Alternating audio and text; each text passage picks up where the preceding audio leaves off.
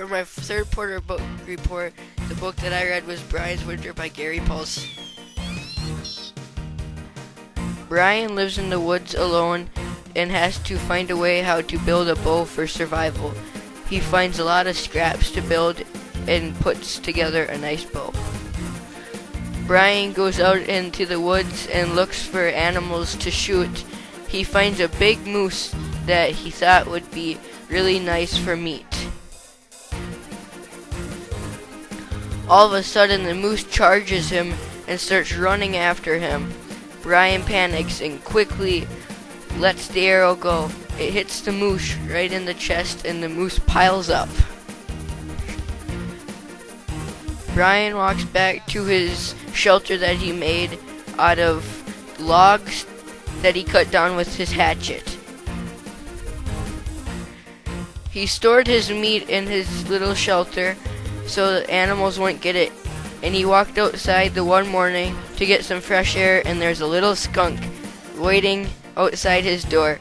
Brian panicked, and the skunk wanted some meat, so Brian threw some meat out for the skunk, and the skunk ate the meat and ran off. Brian shot more moose and shot some more rabbits, and he put together rabbit stew.